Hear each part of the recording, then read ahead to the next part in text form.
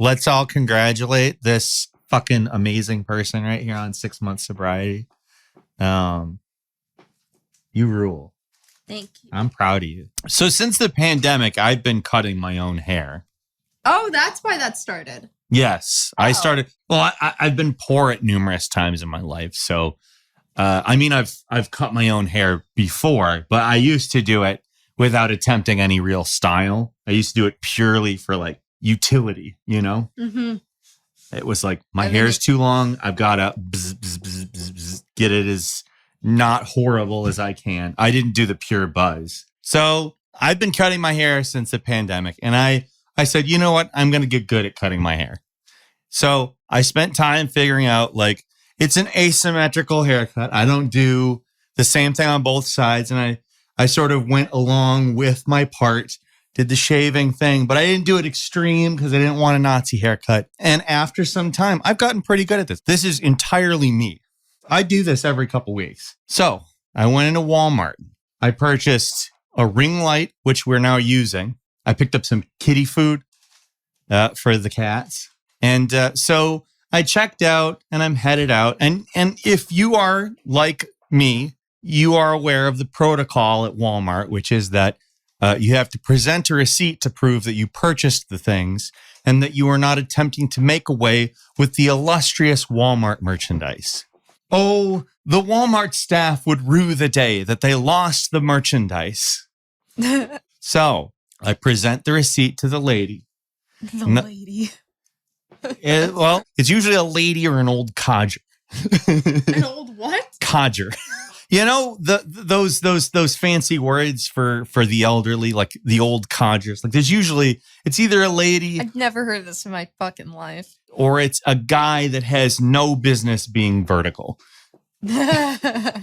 So I hand it over to the lady. She looks at it. She's like, oh, good. You bought your things. You're not a thief.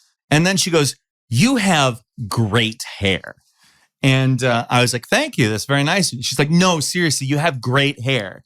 And then this other woman who's entering the store walks in and heard the other woman complimenting my hair. The other woman goes, mm-hmm, basically like loud and in that tone. So the receipt lady turns around and goes, isn't his hair good? And the lady goes, yeah. And then kept walking. I was very flattered by these two people, even though they don't know I'm non-binary, obviously. So anyway, I was extremely offended, and I am suing Walmart. No. Tighten your buttholes. It's time for Pat. I'm the Peter Coffin. This is the lovely Miss Astronaut Cowboy Doctor. Together, we are packed. Don't miss an episode. Subscribe on YouTube, Spotify, your favorite podcast service, whatever that may be. Also, make sure to leave us a glowing review on both Audible and Apple Podcasts. We are a 5-star podcast. I think you blew out the audio. Sorry about that. Wait, I did? Yeah, maybe. Help us keep the lights on by becoming a patron at patreon.com/pactpod. That's PACDPOD. Your monthly support gets you into our Discord server. It gets you exclusive content, and you see some content before everyone else. For instance, right now you can watch Representation Matters, my new documentary, through either the Discord or through Patreon. We've also got some fantastic pack merch available. Finally, please tell your friends. We rely so big on word of mouth. We stream 7 p.m. Eastern every Saturday. So for the remainder of December, we're on Sundays at 7, so jot that down. Also, next week is the premiere of Representation Matters. That will be at our normal time, and then we will be doing a call-in show afterwards. Thank you very much for tuning in. So today, we're doing a theory reading. It is Lenin's Imperialism and the Split in Socialism. This is a text that will actually retread some areas we've already talked about. We've talked a little bit about imperialism on the podcast. We've talked a fair amount about the labor aristocracy. There's some nice clarifications about that in here. And then the characteristics of capitalist imperialism, the highest stage of capitalism, are present in this, because we can't do the entire book unpacked the way that we do theory reading unpacked. It took 3 weeks to do Socialism, Utopian, and Scientific, which is not a long text. I kind of wish we could do the full text, but we're thinking about having our reading group coming up in 2022. Yeah. In 2022, we are going to be doing a reading group in the Discord. That is, again, going to be a patron benefit. So if you're interested in that, doing longer texts with us, meeting up weekly, discussing chapters, et cetera, maybe even making study guides together. I don't know. Mm-hmm. That might be a cool thing for everyone to participate in. Yeah, that would be badass. Yeah. But yeah, become a patron, and that gets you that. This is a succinct essay that will present the main points covered in imperialism. Yeah. To some degree. It begins defining it very quickly. In defining imperialism in the way that it does, give a very brief overview of what is further expounded upon in Imperialism, the Highest Stage of Capital. And what this text is really focusing on is this division between a bourgeois minority segment of the labor movement that engages in apologia for the bourgeois state and the masses of workers who are going to constitute the revolutionary movement from imperialism to socialism. This essay focuses on that transition and who is going to be instrumental to that and who is going to be a hindrance to that within the labor movement. There's also something we have to do to introduce it. Lenin loves using the term social chauvinism, which we have to get into a little bit ahead of time because he doesn't define that in this essay. He clearly thinks that people are supposed to know this term because he uses it a lot in a lot of different works without defining it. Mm-hmm. He does liken it to opportunism, but it doesn't exactly mean that specifically. It's just something that usually goes hand in hand with it. We actually covered the term social chauvinism a little bit in the episode about workers benefiting from imperialism. We mentioned it there. I think we might have mentioned it in Surprise We Love America as well. Probably. So we're going to define what social... Fuck. What the fuck was that? I tooted. Long story short, the way that we defined it in that episode was supporting your own bourgeois state or class over the international proletariat. That's the very simple, pared down definition. This term arose during World War I when Lenin and other revolutionaries condemned those revisionist socialists of the Second International who betrayed the international proletariat and openly supported their own bourgeoisies in waging war against other nations.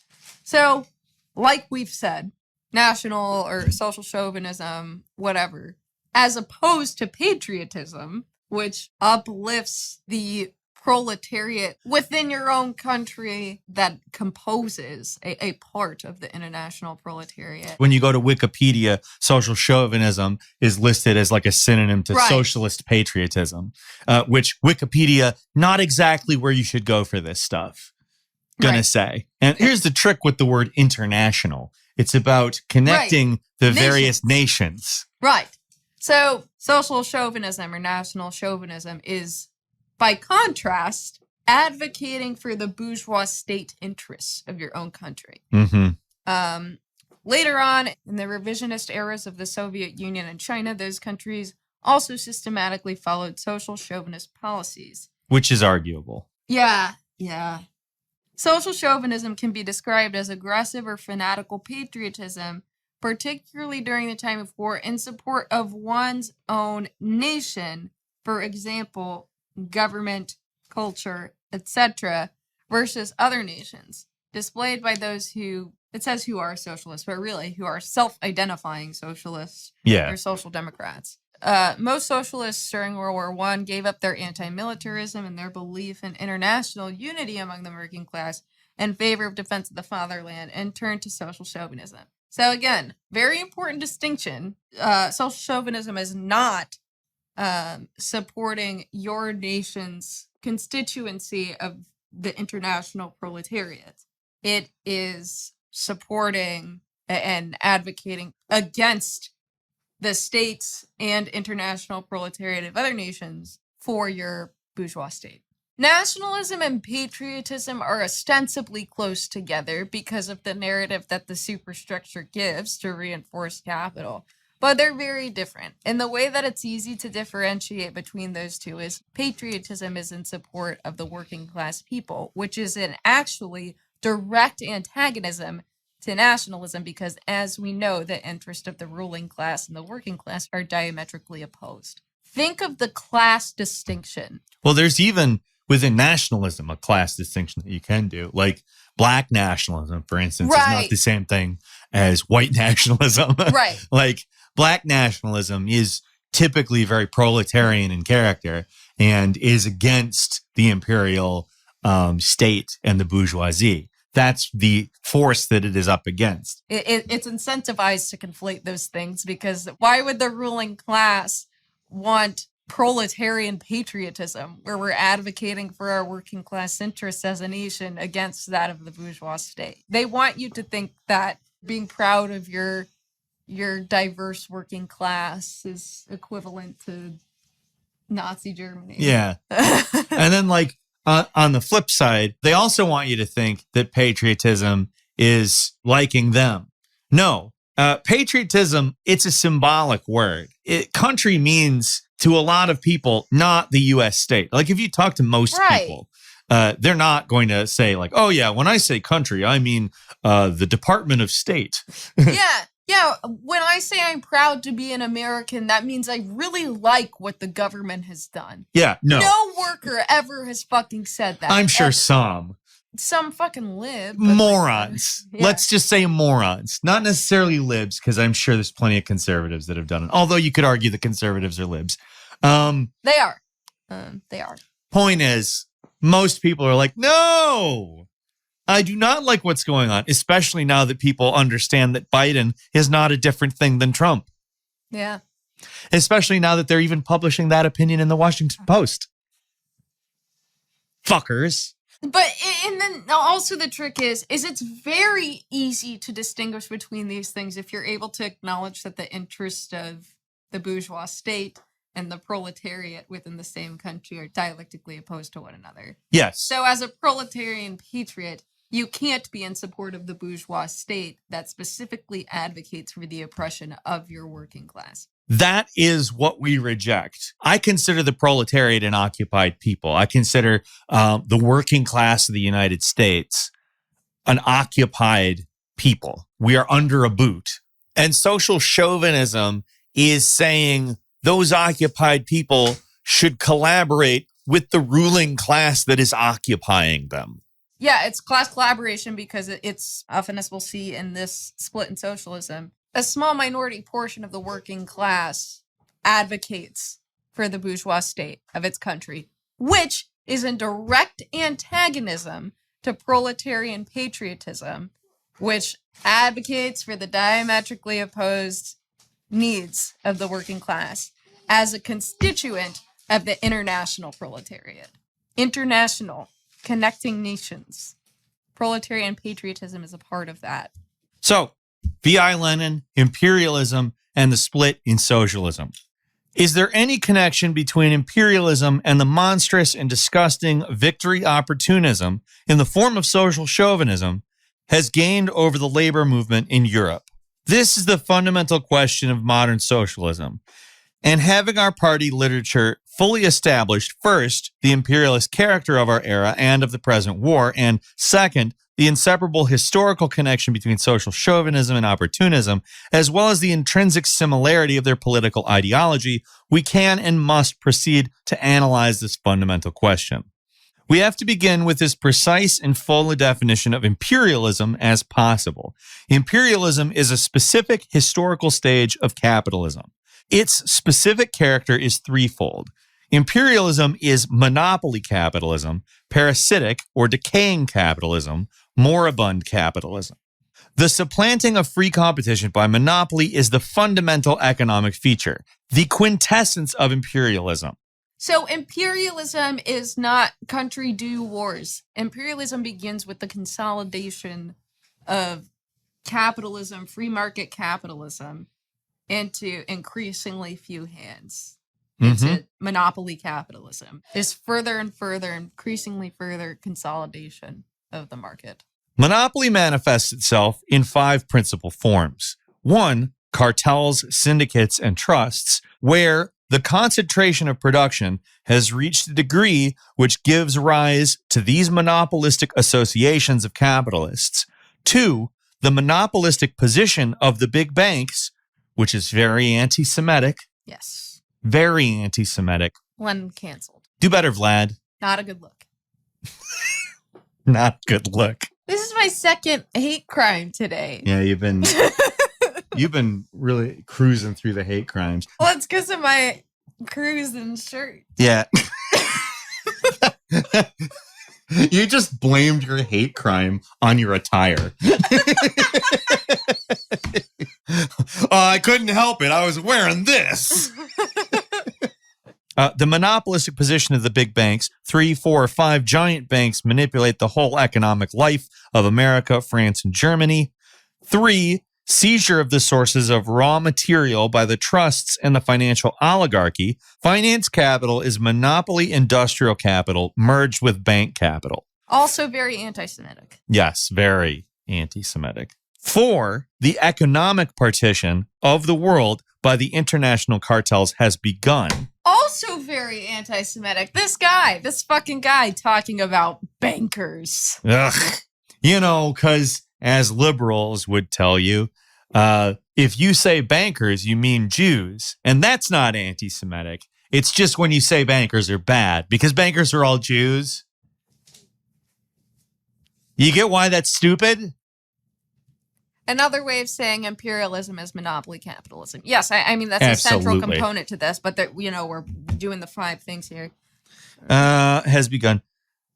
The economic partition of the world by industrial capital cartels has begun. There are already over 100 such international cartels which command the entire world market and divide it amicably among themselves until war redivides it. The export of capital, as distinct from the export of commodities under non-monopoly capitalism, is a highly characteristic phenomenon and is closely linked with the economic and territorial political partition of the world. And 5, the territorial partition of the world, colonies, is completed. Imperialism, as the highest stage of capitalism in America and Europe, and later in Asia, took final shape in the period between 1898 and 1914. The Spanish-American War, the Anglo-Boer War, the Russo-Japanese War, and the economic crisis in Europe in 1900 are the chief historical landmarks of this new era of history. In summary, the consolidation of markets into cartels, syndicates, and trusts, the control of banks and dictating economic affairs, very few banks across imperialist countries in the center of the imperial core at the time, America, France, Germany, England, exploiting other countries and the merging of industrial capital with bank capital to do so. The economic partitioning of the world through the power of finance capital, and then the result of colonialization. That is how monopoly manifests itself, and that is what imperialism is. Again, it's just really important to understand that this definition of imperialism is key to actually analyzing the world as it is now, just as a hard material distinction that provides a definition for the state and for class. These definitions are literally, they are central to Marxism-Leninism, and Marxism-Leninism provides a very direct and complete analysis, or at least as complete as it can be, of the world starting from about 1898 going until now. Although now, quantitatively speaking, the numbers are just fucking out of control compared to what Lenin would conceptualize. Right. And that is very clear in Imperialism, the Highest Stage of Capital, where he really delved into how this process has developed over history. And the numbers in the little charts that he has are like fucking cute. Like compared to the consolidation that has occurred now. Well, like he would shit his pants. The fact that imperialism is parasitic or decaying capitalism is manifested, first of all, in the tendency to decay. which is characteristic of every monopoly under the system of private ownership of the means of production. So every monopoly in capitalism has a proclivity towards decay. The evidence is in the supply chain episode we did, which you noted these monopolies play out as planned sub-economies, which serve the bourgeoisie, and in doing so, serve the profit motive and their other various interests. And ultimately, because those things are trended towards destructive actions, they can't help but be parasitic. They can't help but be moribund. They can't help but, as he puts it here, be rotting alive. Mm-hmm. The difference between the democratic Republican and the reactionary monarchist imperialist bourgeoisie is obliterated precisely because they are both rotting alive, which by no means precludes an extraordinarily rapid development of capitalism in individual branches of industry, in individual countries, and in individual periods. So despite this tendency towards decay, the appearance of productivity and growth and development in capitalism is ostensibly what's taking place. Secondly, the decay of capitalism is manifested in the creation of a huge stratum of rentiers, capitalists who live by clipping coupons.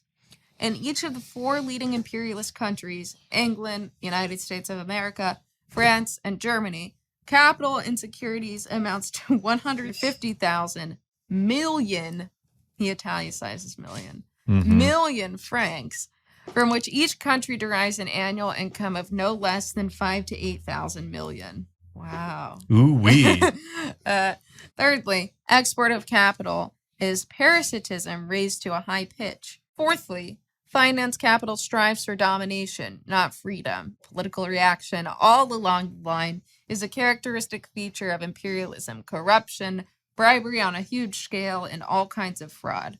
Fifthly, the exploitation of oppressed nations. This is what we talk about when we criticize the Nordic model. Fifthly, the exploitation of oppressed nations, which is inseparably connected with annexations, and especially the exploitation of colonies by a handful of great powers, increasingly transforms the civilized world into a parasite on the body of hundreds of millions in the uncivilized nations. The Roman proletarian lived at the expense of society. Modern society lives at the expense of the modern proletarian. Marx especially stressed this profound observation of Sismondi.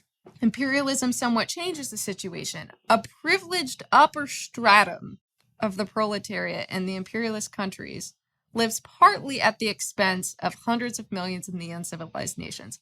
This goes back to a topic that we addressed. Do American workers benefit from imperialism? And ultimately, The Gang Understands Class, the Netflix walkout. Yes. It's also related to that. So, as a whole, do the American working masses benefit from imperialism? No. Does the upper stratum, professional managerial class, labor aristocracy of the United States, do they benefit from imperialism? Yes. Oh, yeah. They do. And I hope that we've made that clear. You know, and it's both wings of capital, whether it's the liberal academics, whether it's the fucking Tucker Carlsons, all of those people are constituents of a minority of workers who benefit from imperialism because they've been bribed by the bourgeoisie. And not directly bribed, but like their lifestyle, the things that they own. They're incentivized to advocate for the interests of the bourgeois state. And that doesn't make them not workers, but they're collaborating. That's the key. So both wings of capital within this labor aristocracy is who we are talking about when we talk about this upper stratum of workers benefiting from imperialism, not the working masses. Not Americans, not white Americans. Yeah. The reason that we are making this distinction so clear is because it's very easy to misinterpret this text, as many people will, to say that people who are patriotic and are from the working class are social chauvinists and they need to be left out of the movement. The distinction you have to make is class. Are you proletariat or are you bourgeoisie? Are you advocating for class collaboration or are you advocating for class struggle? Are you a proletarian who is acting in the interests of the bourgeoisie? are you in a position where you are dependent on the bourgeoisie for a certain level of lifestyle and income, etc., that puts you in a place of comfort and privilege? You could easily say like 400K a year. Like if a lot of people made 400K a year, they wouldn't know what to do with that money, and they just would occupy all their time with comforts, luxuries, and blah, blah. But they're also still in a position of precarity because they're dependent on the bourgeoisie. This is a permissive mode. It's just basically seeking permission to live a good life, whereas a communist wants abundance for all people. Okay.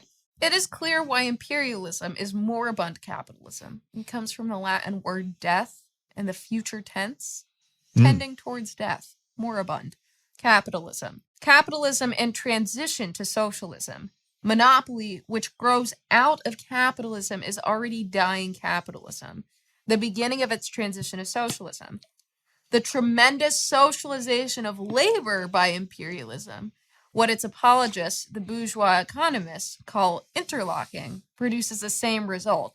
So individuals are alienated from their labor. They're not making a product that becomes their own. That process is becoming socialized to many and many and many people, and that happens increasingly. While that socialization of labor is in complete contrast to the individual privatization of profits to fewer and fewer. So the labor is extended to more and more laborers.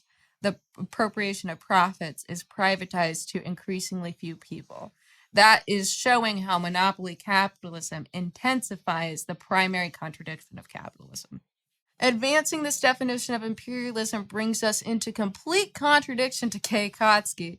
He refuses to regard imperialism as a phase of capitalism and defines it as a policy preferred by finance capital, a tendency of industrial countries to annex agrarian countries. Kautsky's definition is thoroughly false from a theoretical standpoint. What distinguishes imperialism is the rule not of industrial capital, but of finance capital, the striving to annex not agrarian countries particularly, but every kind of country. Kautsky divorces imperialist politics from imperialist economics. Kautsky's literally the lib who's saying, oh, imperialism is when colonization and countries do wars.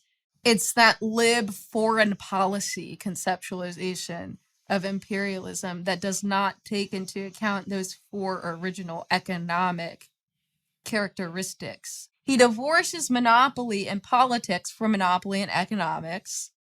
Am I the fucking modern day Lenin? You can say it. Yeah. It's fine. You can say it. He divorces monopoly in politics from monopoly in economics in order to pave the way for his vulgar bourgeois reformism, such as disarmament, ultra-imperialism, and similar nonsense. The whole purpose and significance of this theoretical falsity is to obscure the most profound contradictions in imperialism, the economic ones, and thus justify the theory of unity with the apologists of imperialism, the outright social chauvinists and opportunists. This is key right here. Like, as you see your Twitter communists advocating for, let's say, snitching on people to the FBI, or advocating for State Department policy in already socialist or socialist developing nations, as you see this unity, this trend towards saying it's important we stop making all these distinctions about communists versus the social democrats versus the anarchists versus the Democrats versus the blah, blah, blah. It's just got to be the left, this big general term, and we need to have unity. We need left unity, which fuck that. Yeah, that's how you get your movement co-opted by anarchists and fucked up. It's all throughout the 19th and 20th century. This is why we have spent so much time drawing this hard distinction between the left and the right wings of capital. We characterize that as one thing and communism as another thing, something that is not left or right, because left or right are ultimately capitalist positions to take. That's why we've taken such care over the various episodes we've done on this subject to make that distinction. And people are like, you're a fascist, it's third way. It's like, no, I don't give a shit about any third way horse shit. There's only two ways, capitalism and communism. Let's apply it more specifically. Unity with the apologist of imperialism. Leftists who encourage you to vote for Biden or even to support AOC and Ellen Omar. And continuously defend these people and act like somehow they're going to like finally fucking pull off the mask and be like, or maybe put on the mask and be like, I was in Antifa the whole time. Right. And Bernie Sanders and like all these fucking electoral representatives, people advocating for unity with apologists, not just apologists, but these people are actual like drivers. Those are the social chauvinists. Because those are the people who are advocating in the interest of the bourgeois state, even if they say Black Lives Matter. Well, what do they mean by Black Lives Matter? Are they just being general with the term? Because that's not good. That's not a specific definition. That's not definitely advocating class struggle as opposed to class collaboration. You could say Black Lives Matter, mean it generally, and the thing that ends up applying is support for the Black Lives Matter NPO, which we don't want to do because it's ultimately a representative of the bourgeoisie taking in all of their money and carrying out a anti-racist program to their spec.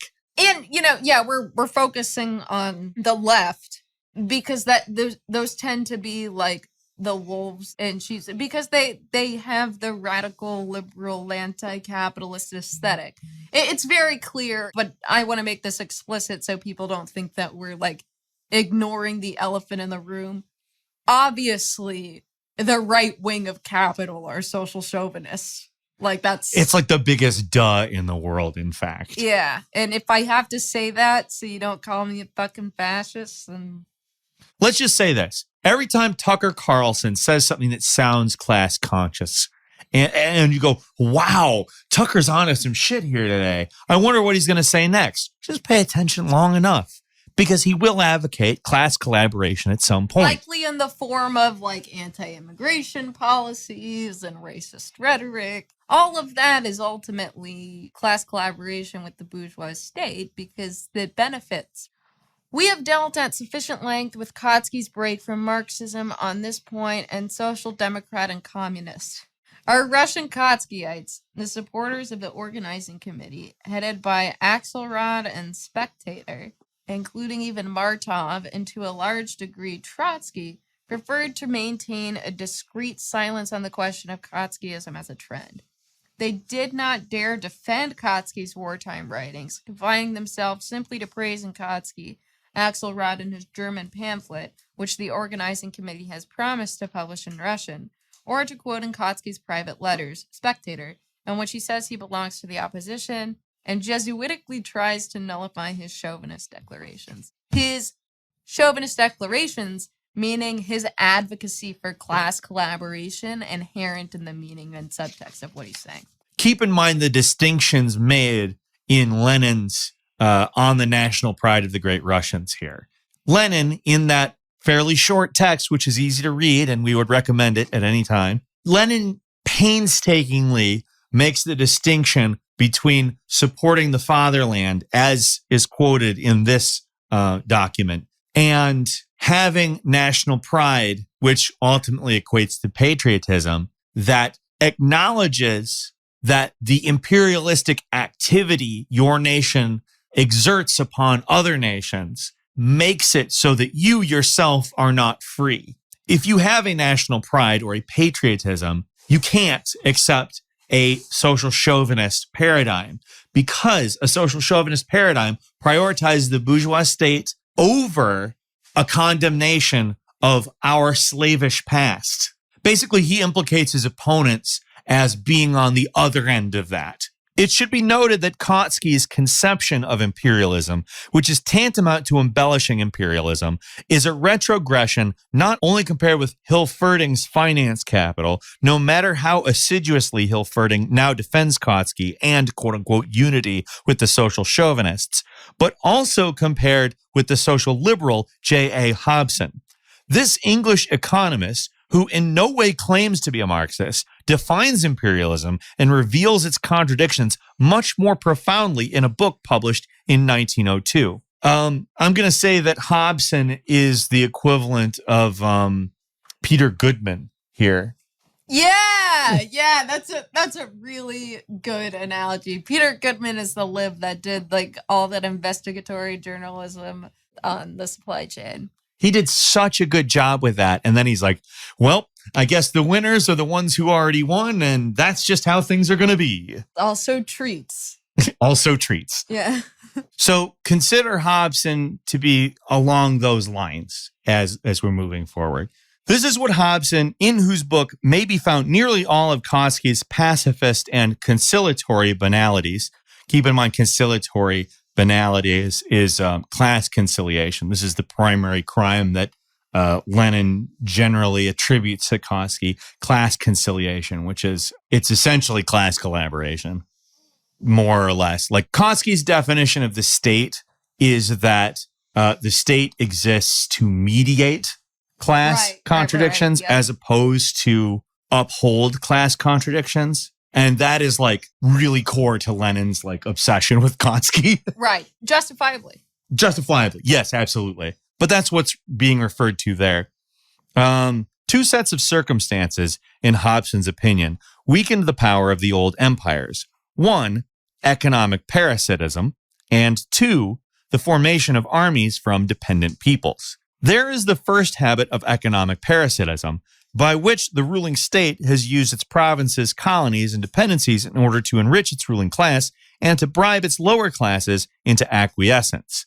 Concerning the second circumstance, Hobson writes, one of the strangest symptoms of the blindness of imperialism, this song about the blindness of imperialists comes more appropriately from the social liberal Hobson than from the Marxist in scare quotes, Kautsky. This is, of course, Lenin editorializing. He's basically saying it makes more sense for Hobson to be saying this particular thing than it does for Kautsky, who claims to be a Marxist. Is the reckless indifference with which Great Britain, France, and other imperial nations are embarking upon this perilous dependence. Great Britain has gone farthest. Most of the fighting by which we have won our Indian empire has been done by natives. In India, as more recently in Egypt, great standing armies are placed under British commanders. Almost all the fighting associated with our African dominions, except in the southern part, has been done for us by natives. In short, Hobson advocating that old empirical power is weakened in both, I guess you could describe as parasitism. One, economically, and two, from militaristically exploited nations. Yep. The prospect of partitioning China elicited from Hobson the following economic appraisal. The greater part of Western Europe might then assume the appearance and character already exhibited by tracts of country in the south of England, in the Riviera, and in the tourist-ridden or residential parts of Italy and Switzerland, little clusters of wealthy aristocrats drawing dividends and pensions from the Far East, with a somewhat larger group of professional retainers and tradesmen, and a larger body of personal servants and workers in the transport trade and in the final stages of production of the more perishable goods. All the main arterial industries would have disappeared, the staple foods and semi-manufactures flowing in as tribute from Asia and Africa.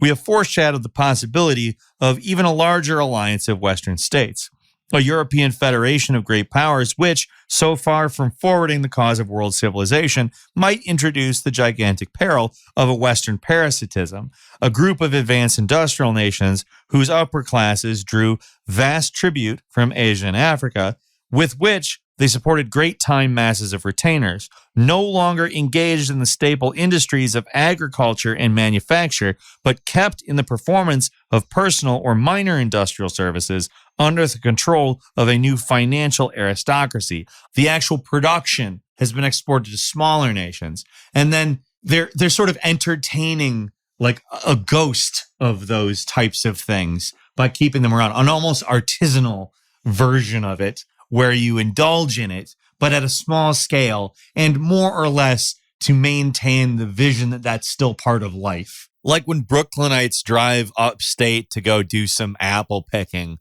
for $40. Right. In the context of these larger Western imperial states collaborating together to increasingly consolidate with one another and exploit Asia and Africa. Mm-hmm. And ultimately ceasing to produce the normal, like, required aspects of life within those countries. And instead, most of the business being done in them is actually financial. Let those who would scout such a theory, he should have said prospect. That's a Lenin edit, by the way.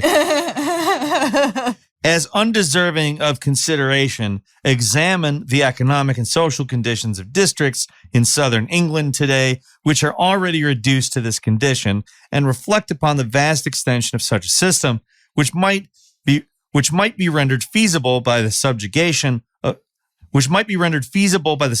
of China to the economic control of similar groups of financiers, investors, renters, and political and business officials, draining the greatest potential reservoir of profit the world has ever known in order to consume it in Europe. The situation is far too complex, the play of world forces far too incalculable, and to render this or any other single interpretation of the future very probable. But the influences which govern the imperialism of Western Europe today are moving in this direction and, unless counteracted or diverted, make towards such a consummation. So further consolidation of the Western nations in the imperial core to exploit the Asian and African countries. You can see how this did happen and the legacy of it persists today. So remember that was all Hobson's interpretation of what was happening. Hobson, the social liberal, fails to see that this counteraction can be offered only by the revolutionary proletariat and only in the form of a social revolution. But then he is a social liberal. Nevertheless, as early as 1902, he had an excellent insight into the meaning and significance of a United States of Europe, be it said for the benefit of Trotsky and the Kautskyites. And of all that is now being glossed over by the hypocritical Kautskyites of various countries. Namely, that the opportunists, again interchangeably used with social chauvinists, so the people advocating for the bourgeois states of the imperial core, are working hand in glove with the imperialist bourgeoisie, like I just fucking said, precisely towards creating an imperialist Europe on the backs of Asia and Africa. See this?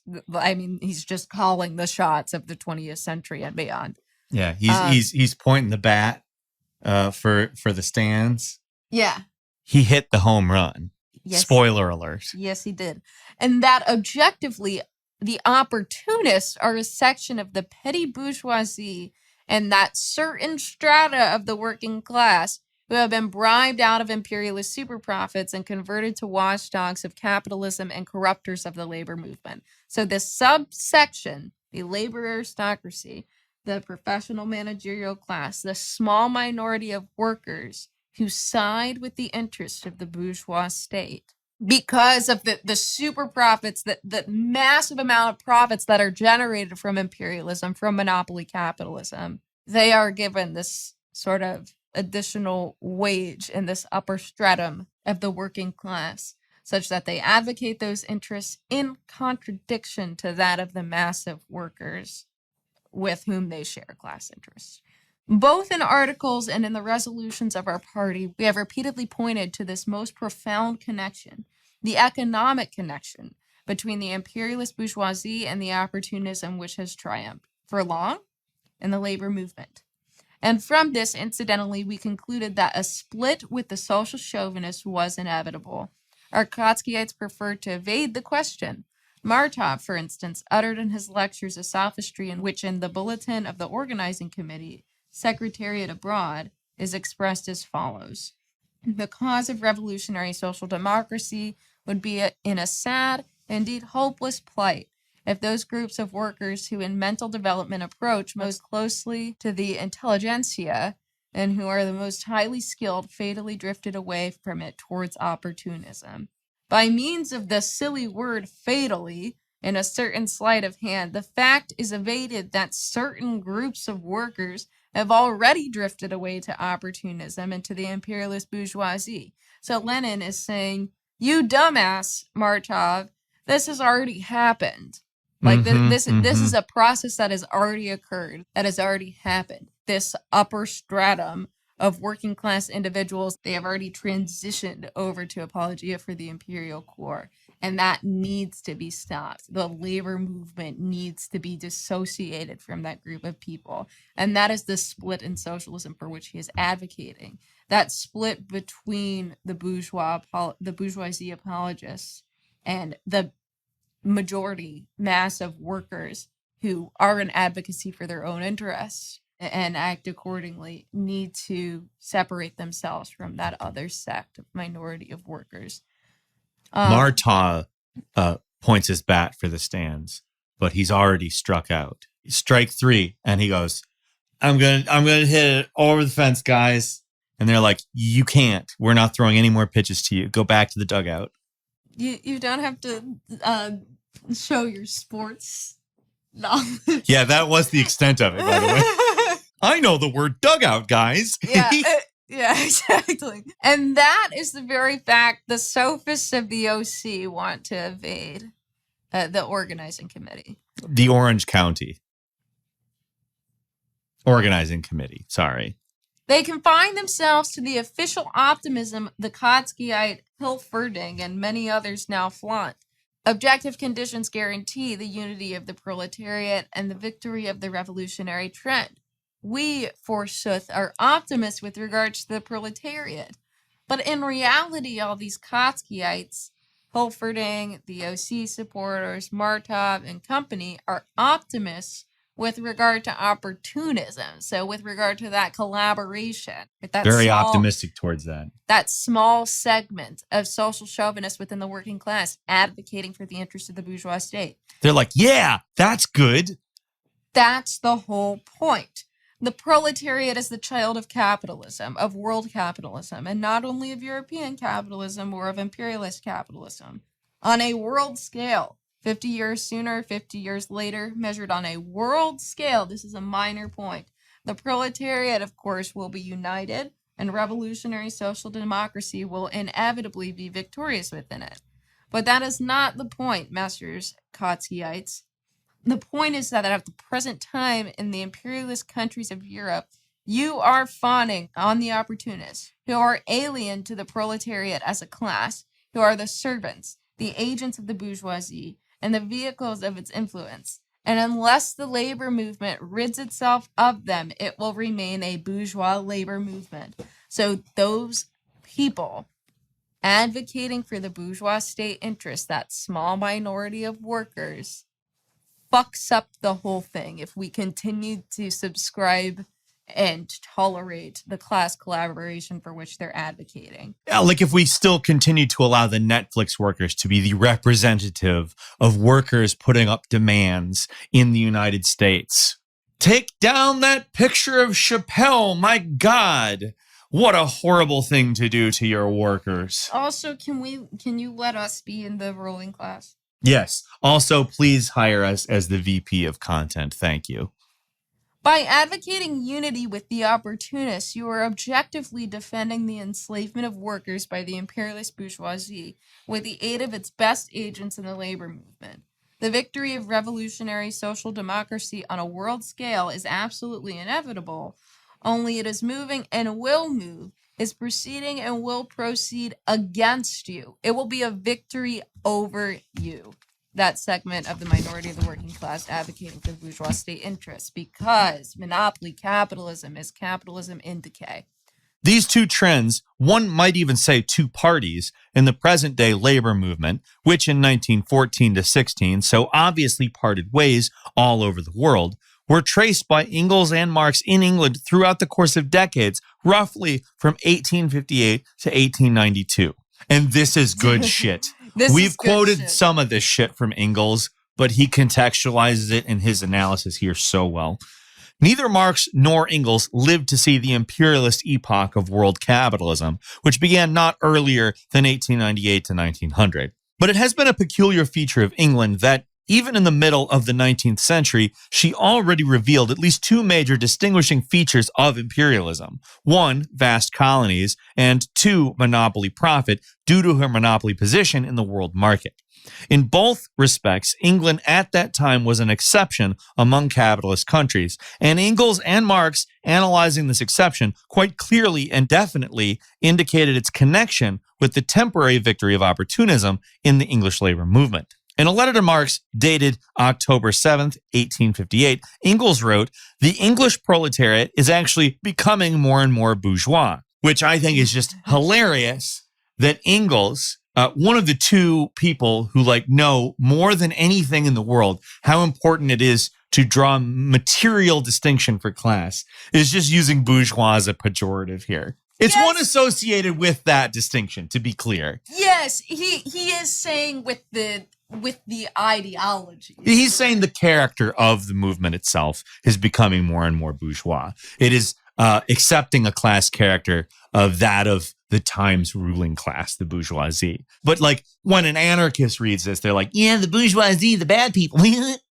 Yeah. And some Marxists nowadays are like, yeah, the bourgeoisie, the Netflix workers.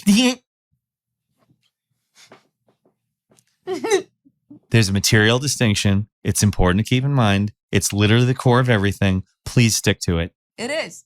The English proletariat is actually becoming more and more bourgeois, so that this most bourgeois of all nations is apparently aiming ultimately at the possession of a bourgeois aristocracy and a bourgeois proletariat, which is a contradictory phrase. Again, is simply talking about the character of the proletariat. Subscription to bourgeois ideology. Exactly. Increasingly. Which is, again, what the bourgeois dictates to the proletariat anyways. It's, unless you're fighting it by spreading class consciousness, ultimately where it goes, read the German ideology, possession of a bourgeois aristocracy and a bourgeois proletariat alongside the bourgeoisie, the labor aristocracy. For a nation which exploits the whole world, this is, of course, to a certain extent justifiable. Not justifiable as in morally okay, justifiable as in the ideology justifies it. In a letter to Sorge dated September 21st, 1872, Engels informs him that Hales kicked up a big row in the Federal Council of the International and secured a vote of censure on Marx for saying that the English labor leaders had sold themselves. Red tube serves imperialism, Marx said. And that got him censored. Marx wrote to Sorge on August 4th, 1874, "As to the urban workers here in England, it is a pity that the whole pack of leaders did not get into Parliament. This would have been the surest way of getting rid of the whole lot." In a letter to Marx dated August 11th, 1881, Engels speaks about those very worst English trade unions which allow themselves to be led by men sold to or at least paid by the bourgeoisie. In a letter to Kautsky dated September 12th, 1882, Engels wrote, "You ask me what the English workers think about colonial policy. Well, exactly the same that they think about politics in general. There is no workers' party here. There are only conservatives and liberal radicals, and the workers gaily share the feast of England's monopoly and of the world market and the colonies." You heard it here first, folks. If you benefit from imperialism, you're a homo. It's so stupid. Gaily. We're straight passing, and it's not good optics. I guess. Here, let me put on a cape and I'll say homos again. And straight passing just goes right out the fucking window. We have a cape. That was my hate crime for the day. Yeah, but you're allowed. Yeah, well, of course we're allowed. We're clear. I said gay in a pejorative way, and then told my friend that I was allowed to say that, especially wearing the outfit that I was wearing. Which fair, right? Yeah, he said yes. Yeah. On December 7th, 1889, Engels wrote to Sorge, "The most repulsive thing here in England is the bourgeois respectability. Read the liberal ideology." You might as well use that interchangeably with what we would call the liberal ideology of today. Bourgeois respectability. Which has grown deep into the bones of the workers. Even Tom Mann, who I regard as the best of the lot, is fond of mentioning that he will be lunching with the Lord Mayor. What a homo. Stop! But yeah, this is the people defending AOC and Joe Biden. It is. That's exactly what it is. If one compares this with the French, one realizes what a revolution is good for after all. In a letter dated April 19th, 1890, but under the surface of the movement of the working class of England is embracing ever wider sections and mostly just among the hitherto stagnant lowest, Engels is italics, strata. The day is no longer far off when this mass will suddenly find itself, when it will dawn upon it that it itself is this colossal mass in motion. If you ever wonder where Caleb Maupin gets the phrase, out of the movement and into the masses. On March 4th, 1891, the failure of the collapsed Dockers Union, the old conservative trade unions, rich and therefore cowardly, remain lone on the field. September 14th, 1891, at the Newcastle Trade Union Congress, the old unionists, opponents of the 8-hour day, were defeated, and the bourgeois papers recognized the defeat of the bourgeois Labor Party.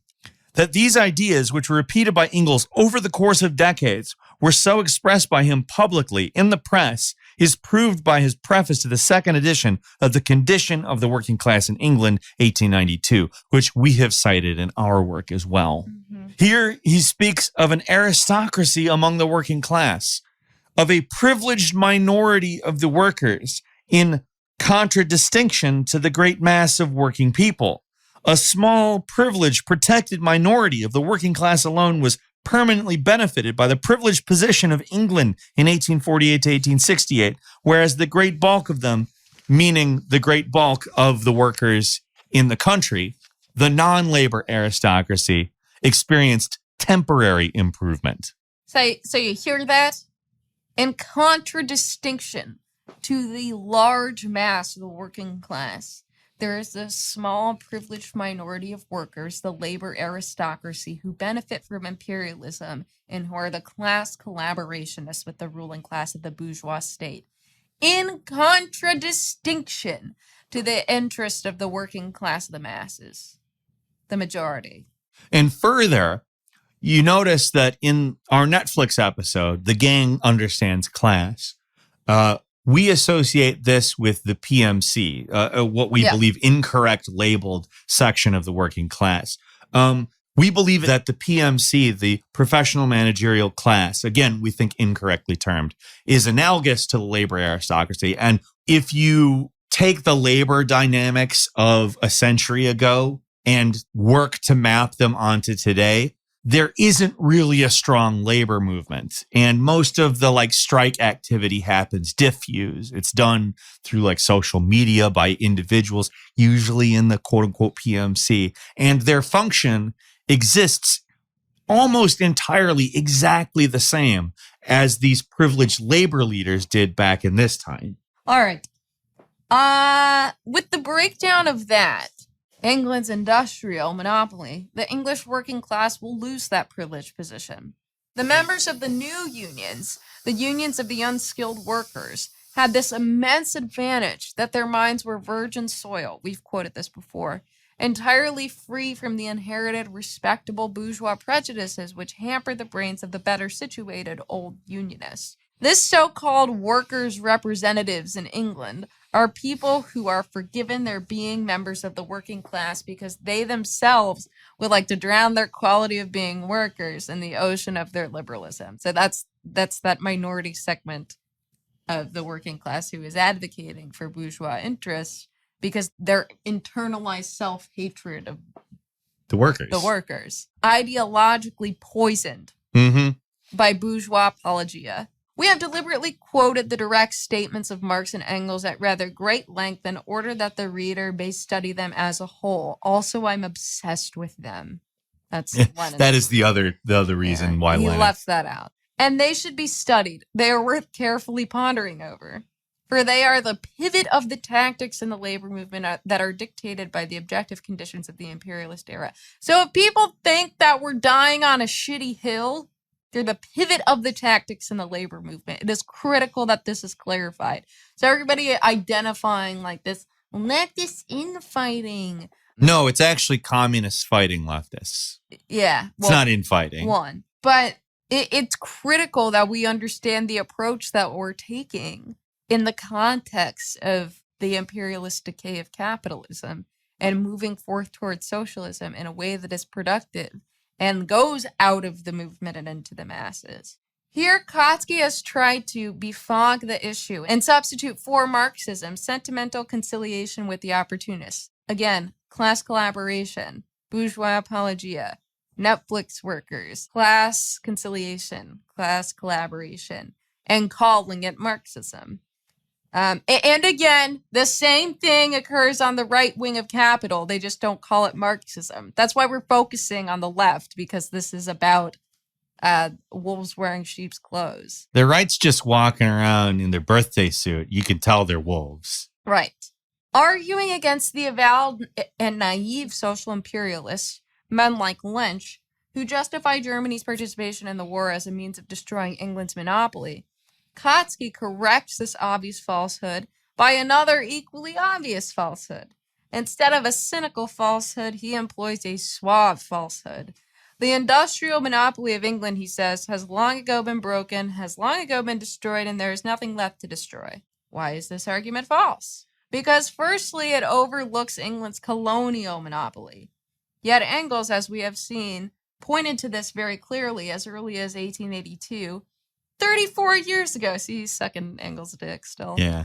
Although England's industrial monopoly may have been destroyed, her colonial monopoly not only remains, but has become extremely accentuated. For the whole world is already divided up. So England has all this colonization happening. So even though ostensibly it seems like in the most clear economic sense that England has lost its stronghold in monopolistic capital control, it's colonized the entire world, which is that fifth characteristic of monopoly that we talked about on the first page of the essay. The way you could put it in much more layman's terms is Great Britain didn't have all of its eggs in one basket. You're really on one for that. I am. Yeah. That's another thing. It's this class collaboration, this advocacy, this appearances of being for pacifism and lack of conflict. It brings back to that Kautsky definition of the state as a mediator. Exactly. Between the ruling class and the working class. Kautsky does this sort of there's nothing to fight about thing to gloss over the one, primary economic contradictions inherent to imperialism, and two, the split in socialism with this small privileged minority of the working class engaging in apologia for the bourgeois state from the working masses. By means of this suave lie, Kautsky smuggles in the bourgeois pacifist and opportunist Philistine idea that there's nothing to fight about. On the contrary, not only have the capitalists something to fight about now, but they cannot help fighting if they want to preserve capitalism. For without a forcible redivision of colonies, the new imperialist countries cannot obtain the privileges enjoyed by the older and weaker imperialist powers. So this integrates the concept of ongoing and continuous war that the economic contradictions of imperialism substantiate. This is why ongoing war happens. Nah, it's just because the elites are morally bad. I mean, that's literally Kautsky's argument. Yeah. Kautsky's doing a Tucker here. Secondly, why does England's monopoly explain the temporary victory of opportunism in England? Because monopoly yields super profits, that is, a surplus of profits over and above the capitalist profits that are normal and customary all over the world. The capitalists can devote a part, and not a small one at that, of these super profits to bribe their own workers, to create something like an alliance. Recall the celebrated alliances described by the webs of English trade unions and employers. I don't recall that because I wasn't there. I was. Yeah, I know. I was there. I'm that age. Yeah. Between the workers of the given nation and their capitalists against the other countries. So that's how they incentivize the labor aristocracy to engage in that apologia, because their lifestyle, their privileges are contingent on the bourgeois state upholding power, because they're the ones giving that material additional wage to this small segment of the working class. England's industrial monopoly was already destroyed by the end of the 19th century. That is beyond dispute. But how did this destruction take place? did all monopoly disappear? If that were so, Kautsky's theory of conciliation with the opportunist would to a certain extent be justified, but it is not so, and that is just the point. Imperialism is monopoly capitalism. Every cartel, trust, syndicate, every giant bank is a monopoly. Super profits have not disappeared, they still remain. The exploitation of all other countries by one privileged, financially wealthy country remains and has become more intense. A handful of wealthy countries, there are only 4 of them, if we mean independent, really gigantic modern wealth. England, France, the United States, and Germany have developed monopoly to vast portions. They obtain super profits running into hundreds, if not thousands of millions. Oh, that's so sad. They ride on the backs of hundreds and hundreds of millions of people in other countries, Africa and Asia mostly, and fight among themselves for the division of the particularly rich, particularly fat. Fat-phobic Lenin.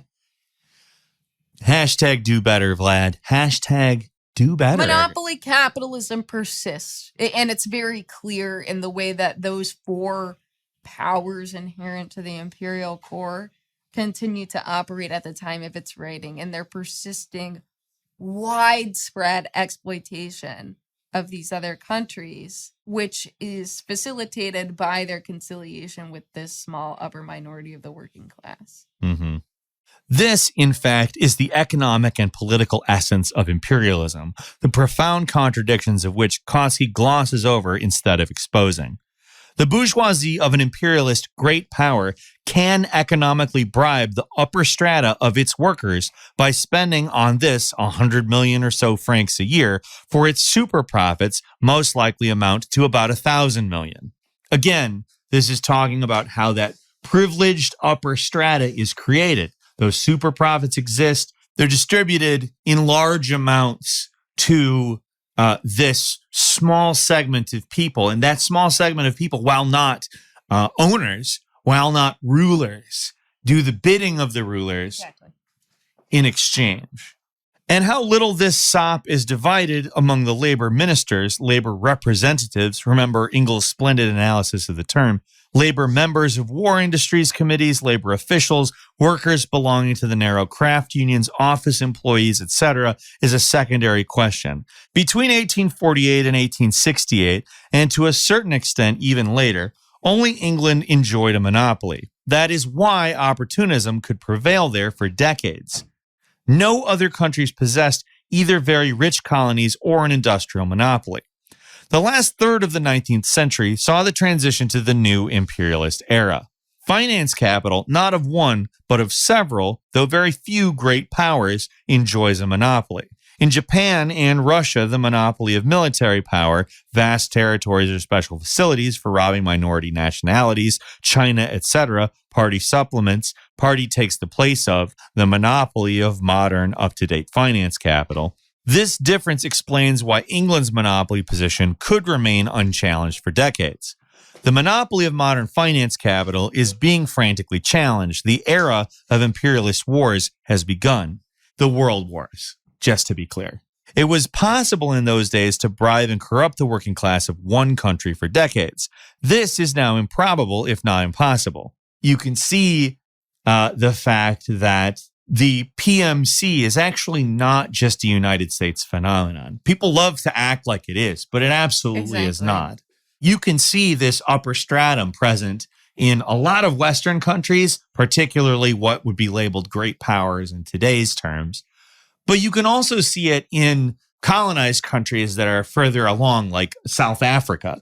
But on the other hand, every imperialist great power can and does bribe smaller strata than in England of 1848 to 68 of the labor aristocracy, formerly a bourgeois labor party. To use Engels' remarkably profound expression, could arise only in one country because it alone enjoyed a monopoly. But on the other hand, it could exist for a long time.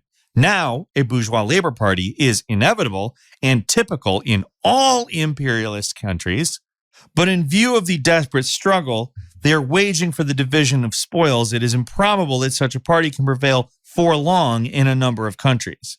For the thrusts, right there, you also have the beginnings of the diffuse version of the labor aristocracy that I'm talking about when I'm comparing what people call the PMC to the labor aristocracy. Yes, you can't have the bourgeois labor party exist for long periods of time, but that diffuse market incentive creates that strata and gets them to do the same shit. Internationally. Internationally. Across imperialist nations. For the trusts, the financial oligarchy, high prices, etc., while enabling the bribery of a handful of the top layers, are increasingly oppressing, crushing, ruining, and torturing the mass of the proletariat and the semi-proletariat. On the one hand, there's the tendency of the bourgeoisie and the opportunists to convert a handful of very rich and privileged nations into eternal parasites on the body of the rest of mankind, to rest on the laurels of the exploitation of these words that I should avoid saying. African peoples and their descendants, Indians, specifically people from India, etc., keeping them in the subjugation with the aid of the excellent weapons of extermination provided by modern militarism. On the other hand, there is the tendency of the masses, who are more oppressed than before, who bear the whole brunt of imperialist wars, to cast off this yoke to overthrow the bourgeoisie.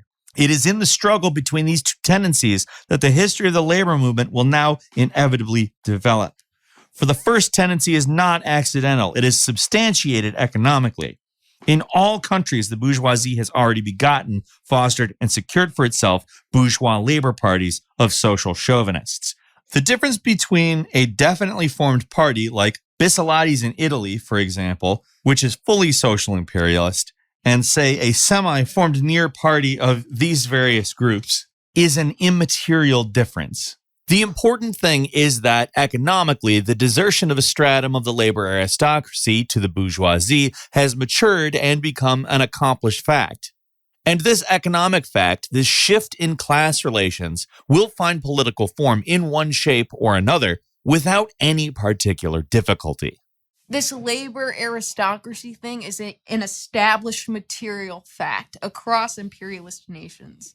This small minority of privileged workers subscribing to the ideology of the bourgeoisie and doing the bidding of the ruling class is an established fact. And this economic fact, this shift in class relations, that small segment of the working class shifting over to that bourgeois bidding, will find political form in one shape or another without any particular difficulty. And it has. Mm-hmm. On the economic basis referred to above, the political institutions of modern capitalism, press, parliament associations, congresses, etc., have created political privileges and stops for the respectful, meek, reformist, and patriotic office employees and workers. Patriotic in the sense that people, I guess in the sense that people think we're talking about it. Yeah. He means their patriotism and subscription to the bourgeois state. Again, you can really dichotomize everything by class. What patriotism are we talking about? Is it the patriotism of the bourgeoisie, the patriotism of the proletariat? And this patriotism is talking about both wings of capital, on the right and the left, who are engaging in apologia for the bourgeois state, corresponding to the economic privileges and stops. Lucrative and soft jobs in the government or on the war industries committees, your Lockheed Martin people, in parliament and on diverse committees. This is your AOCs, by the way. Yeah. And your Bernie Sanders Mm-hmm. and all that. On the editorial staffs of respectable, legally published newspapers, journalists, and New York Post, yeah, and New York Times. WAPO. Washington Post, yeah. All these things are very easy to map on. Or on the management councils of no less respectable and bourgeois law-abiding trade unions. This is the bait by which the imperialist bourgeoisie attracts and rewards the representatives and supporters of the bourgeois labor parties. The mechanics of political democracy works in the same direction. Nothing in our times can be done without elections. Nothing can be done without the masses.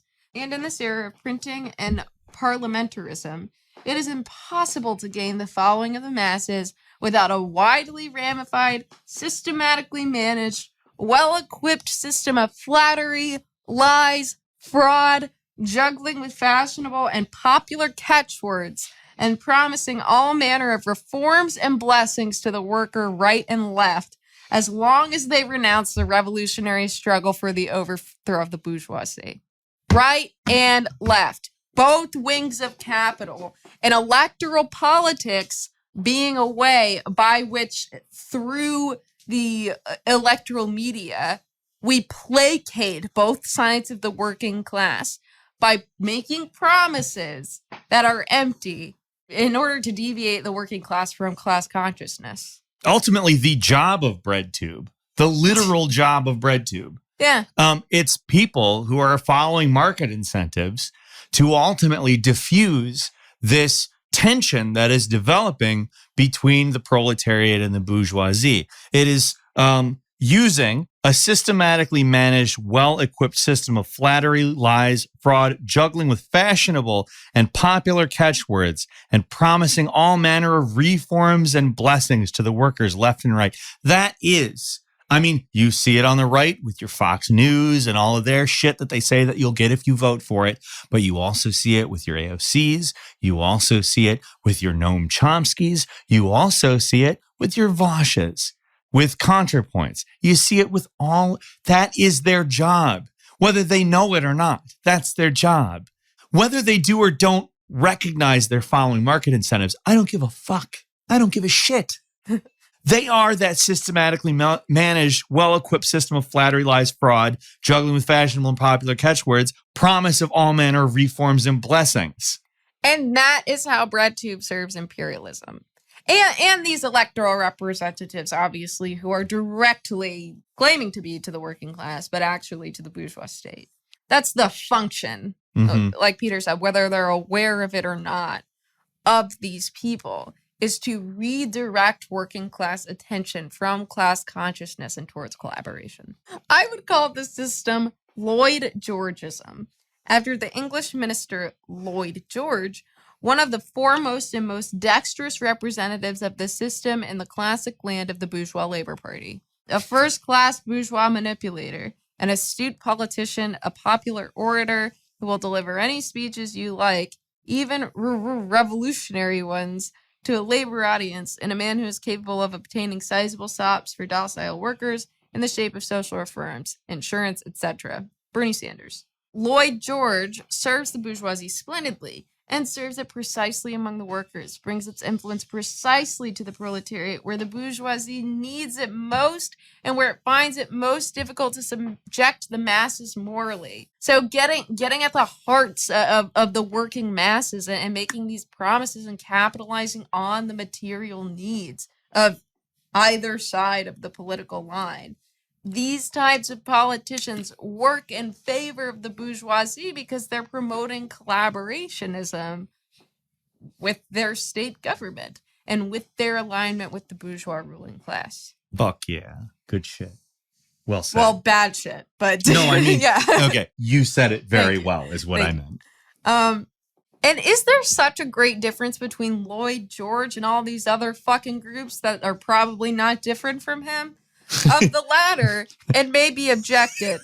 Some will return to the revolutionary socialism of Marxism. This is possible, but it is an insignificant difference in degree. The question is regarded from its political, that is, its mass aspect. Certain individuals among the present social chauvinist leaders may return to the proletariat, but the social chauvinist, or what is the same thing, opportunist trend can neither disappear nor return to the revolutionary proletariat. Again, it's not about fucking individuals. If AOC just leaves in politics and gets really involved in her community and joins our Discord and our reading group and starts attending to the CPI meetings. And starts with the John Brown volunteers going to Houston and then Chicago next and then in Nicaragua. And monitoring those elections and making sure that socialists, whatever. If she does all of that environment and that stratum of the working class that is the labor aristocracy that conciliates, collaborates with the bourgeois ruling class will still be there. And they will totally forget about her. They will act as though AOC never existed if that happened. Wherever Marxism is popular among workers, this political trend this bourgeois labor party will swear by the name of Marx. It cannot be prohibited from doing this, just as a trading firm cannot be prohibited from using any particular label, sign, or advertisement. It has always been the case in history that after the death of revolutionary leaders who were popular among the oppressed classes, their enemies have attempted to appropriate their names so as to deceive the oppressed classes. Martin Luther King. Yeah, I was going to say the same. Yeah. And today, like in these like little Twitter lefty circles, Marx. Yeah, Marx, absolutely. You'll see MLs doing social chauvinism like this all the time. MLs. Yeah. Self-identifying MLs. The fact is that bourgeois labor parties, as a political phenomenon, have already formed in all the foremost capitalist countries, and that unless determined and relentless struggle is waged all along the line against these parties or groups, trends, etc., it is all the same. There can be no question of a struggle against imperialism or of Marxism or of a socialist labor movement. So every single person asking, why would Caleb Maupin write this book? He probably wrote it directly in response to that sentence. This issue in opposing these trends is so critical and highlighting this split and highlighting this contradiction, and that there's no place for that apologia in the working masses. It is essential to having an effective socialist movement.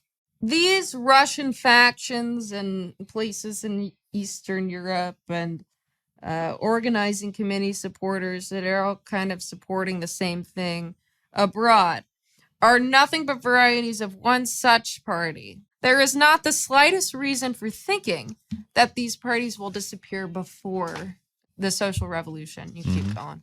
On the contrary, the nearer the revolution approaches, the more strongly it flares up, and the more sudden and violent the transitions and leaps in its progress, the greater will be the part of the struggle of the revolutionary mass stream against the opportunist petty bourgeois stream will play in the labor movement.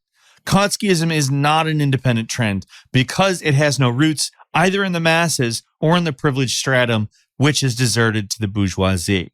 But the danger of Kautskyism lies in the fact that, utilizing the ideology of the past, it endeavors to reconcile the proletariat with the bourgeois labor party, to preserve the unity of the proletariat with that party, and thereby enhance the latter's prestige. Class collaborationism. That's what it is. Cut the shit. The masses no longer follow the avowed social chauvinists. Lloyd George has been hissed down at workers' meetings in England, and all these other fucks are protected by the police.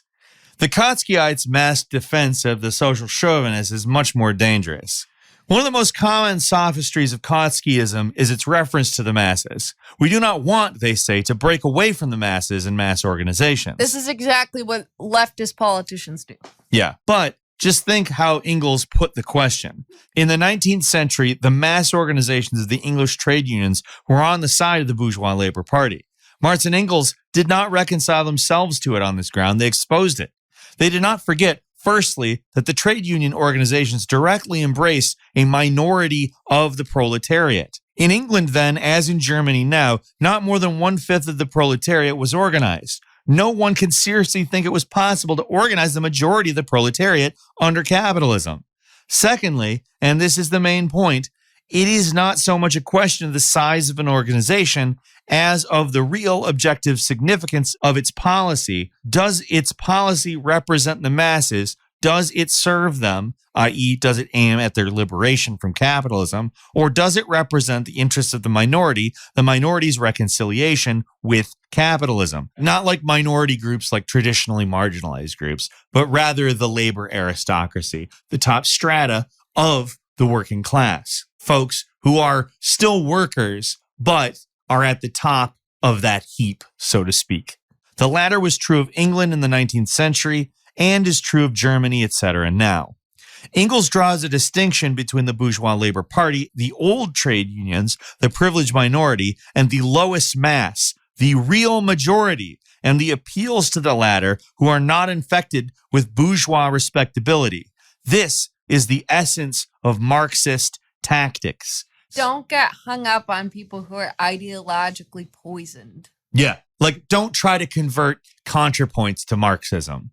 It can't be done. And if it could be done, it's not worth the effort. And on either side. Don't try to get Tucker Carlson to be a Marxist. Yeah. He is ideologically poisoned. He is a member of the labor aristocracy, if not the petty or even full bourge. Yeah. I don't know what he owns and what he doesn't own, but I do know that he is advocating for the bourgeoisie. He has his own agenda within the bourgeoisie, and his faction of the bourgeoisie certainly has its own positions. But ultimately, when push comes to shove, he's on the side of the bourgeoisie. Even when saying things that are ostensibly class conscious, in the same way that AOC does things like that. It's just different aesthetics, but it's all class collaboration. Yeah.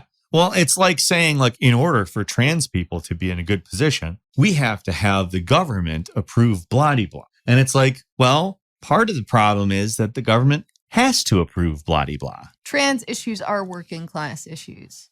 Racial issues are working class issues because we have a multiracial, multi-gender, diverse working class. None of those things are separable from one another.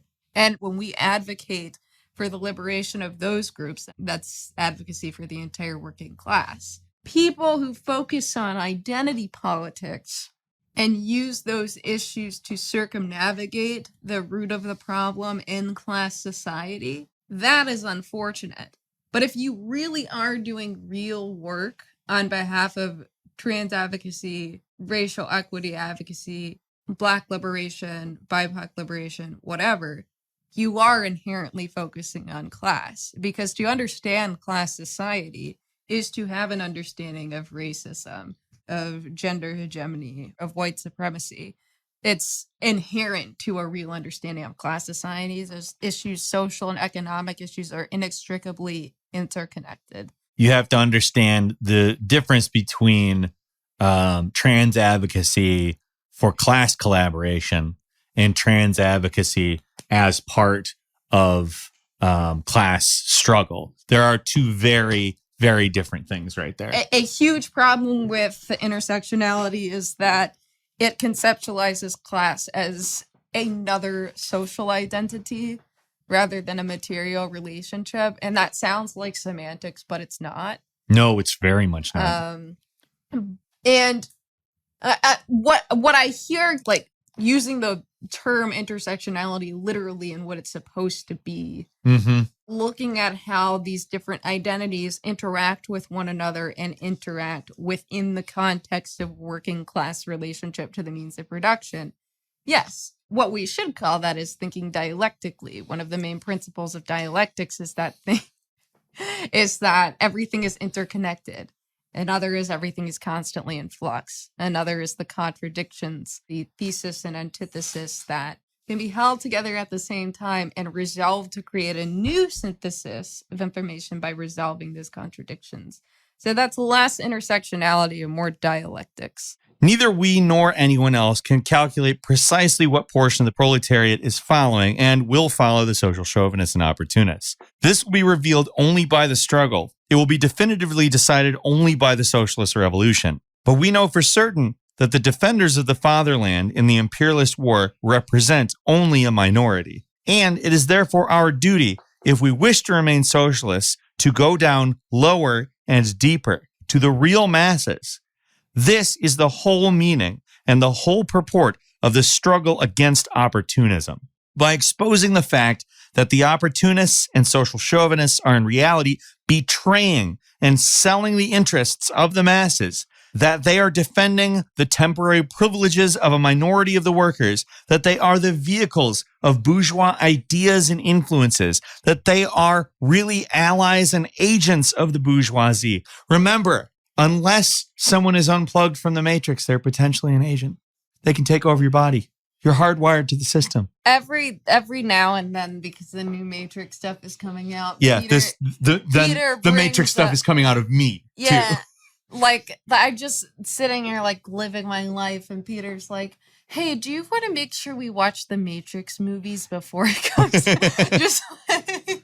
We teach the masses to appreciate their true political interests, to fight for socialism and for the revolution through all the long and painful vicissitudes of imperialist wars and imperialist armistice. So by talking about this, And accentuating this split and the necessity to dissociate from this group of privileged workers who are advocating for class collaboration and are engaging in apologia for the bourgeoisie, we are moving towards an effective revolutionary movement driven by the working masses. It's not just stupid leftist infighting. It's not even leftist infighting. No, it's communists fighting with liberals.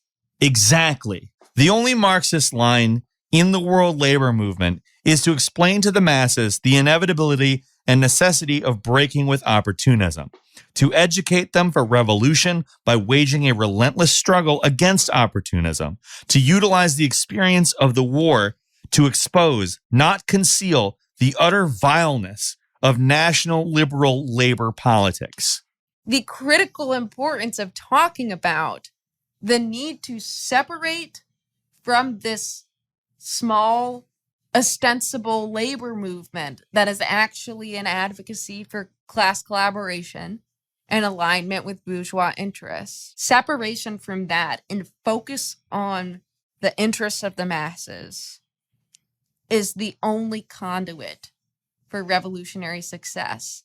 We've already in monopoly capitalism in the imperial stage have increasingly socialized labor and increasingly privatized profits, such that it is trending towards decay. And it has been even more so for the past 100 years since this has been written. Now, keeping in mind, they have come up with various ways to preserve capital and expand capital. And ultimately, that has required them to eat up more, not only natural resources, but really subjugate people in large portions of the world.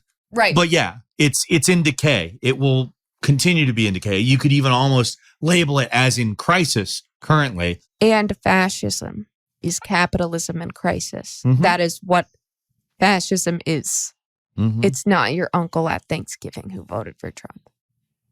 Take home point is in this imperial stage of capitalism, where we have this moribund capitalism, monopoly, with this increasing strengthening of the contradiction, the primary contradiction in capitalist production. Again, you can even point to the supply chain issue as evidence of this. Right.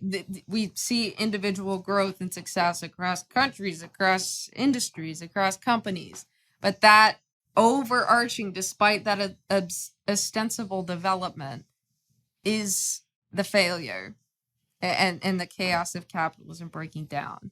In that context, it is critical that we, as communists, are advocating from the separation of the working masses from the bourgeois apologists, who are the social chauvinists, the opportunists, who are in alignment with the bourgeois ruling class while claiming to be an advocacy for labor interests, whether on the left or right wing of capital. And it is our duty to relentlessly struggle against the class collaboration for which in their subtext or explicitly they are advocating. And that's it for Pact. Thanks again for watching or listening. I'm Peter. This is Miss Astronaut Cowboy Doctor. To help us out, click like, follow, subscribe, join our Discord, leave us 5-star reviews on Apple Podcasts and Spotify. To support us, become a patron at patreon.com/PactPod. That's PACDPOD. Thanks so much. Come back next week.